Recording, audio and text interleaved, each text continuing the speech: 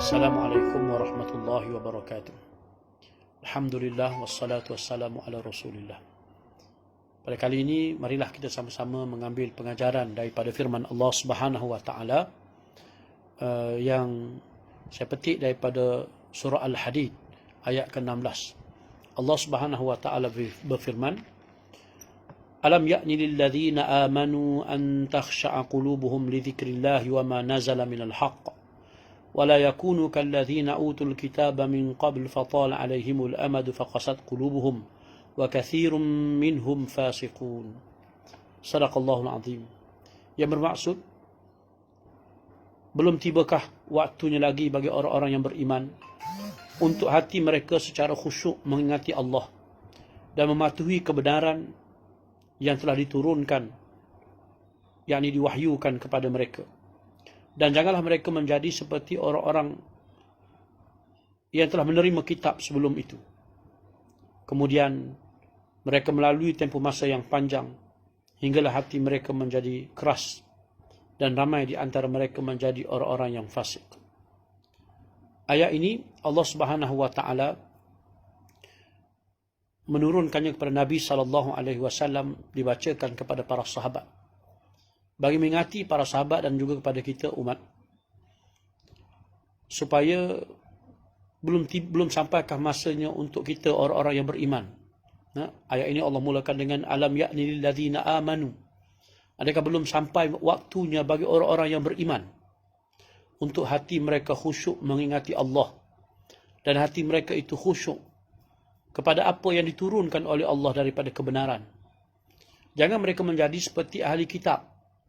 Mereka itu mengetahui ajaran kitab, ada ilmu, tetapi jauh daripada khusyuk, penghayatan, tumpuan, hadir hatinya di dalam menghayati dan memahami apa yang diturunkan oleh Allah daripada kebenaran. Sehinggalah semata-mata ilmu, tanpa adanya penghayatan, tanpa adanya khusyuk, berlalu tempoh masa yang panjang, maka hati mereka menjadi keras.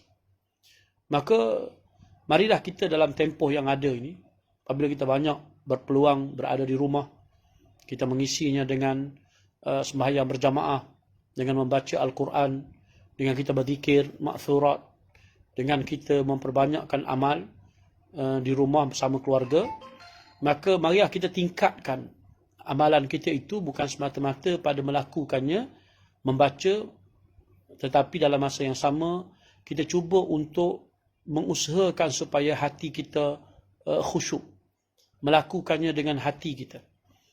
Sama ada dengan jalan, kita cuba untuk memahami apa yang kita baca, apa yang kita sebut, apa yang kita lafaz, apa yang kita buat. Kalau kita mendirikan salat, kita memahami rahsia-rahsia daripada takbiratul ihram, rahsia ataupun hikmah rahsia daripada qiyam, kemudian memahami bacaan-bacaan di dalam doa iftitah dalam surah Al-Fatihah. Begitulah juga di dalam ibadat-ibadat yang lain. Bila kita membaca ma'thurat, kita membaca doa-doa yang kita amalkan dalam musim ini, sama ada bagi tujuan untuk memohon kepada Allah supaya kita diselamatkan daripada bala bencana, daripada wabak, perlindungan diri kita dan sebagainya. Sebagai contoh, bila kita membaca surah Al-Fatihah, kita menghayati maksud Bismillahirrahmanirrahim. Bukan semata-mata membacanya. Memahami bahawa Allah Ar-Rahman, yang bersifat dengan sifat Ar-Rahman dan Ar-Rahim. Dua-duanya daripada kata asal, kata akar, kasih sayang. Allah Subhanahu wa taala rahmah. Apa maksud Rahman?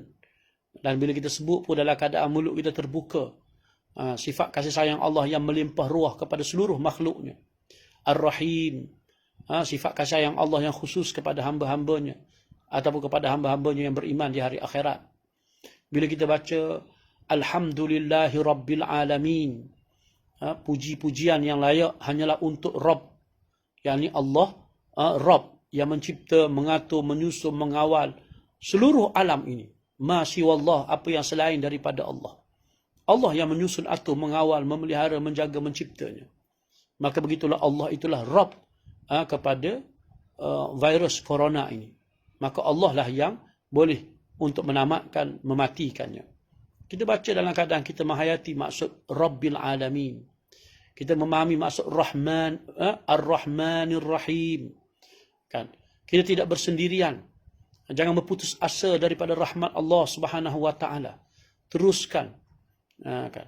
Innaka, dalam satu hadis qudusi Nabi sebut, Allah berfirman, innaka ma da'autani wa rajautani ghafartu laka ala ma kana minka wala ubali. Kan?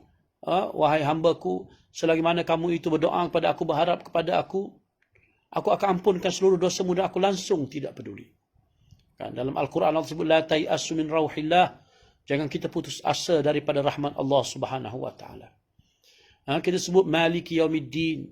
Kita menghayati maksud apa dia Maliki Yaumiddin. Kita memahami maksud Iyyaka na'budu wa iyyaka nasta'in.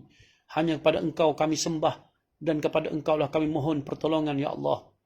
Waktu kita membaca surah Al-Fatihah itu dalam wirid kita, dalam salat kita, kita sertakan dengan penghayatan, dengan rasa hadir hati dan sedar apa yang kita baca. Begitulah juga bila kita membaca ayat kursi, kita baca awal surah Al-Baqarah, ayat-ayat wirid yang kita baca, kita cuba baca dalam keadaan masa yang sama, menghayatinya, supaya insya-Allah dia memberi kesan kepada hati kita, memberi kesan kepada keyakinan kita, memberi kemanisan kepada kita. Di samping kita berharap mudah-mudahan bila kita melakukannya dengan hati, dengan sepenuh hati, dengan khusyuk, mudah-mudahan ia akan menjadi asbab ianya dilihat, dipandang, diterima oleh Allah Subhanahu wa taala. Jadi itulah perkongsian pada kali ini. Wassalamualaikum warahmatullahi wabarakatuh.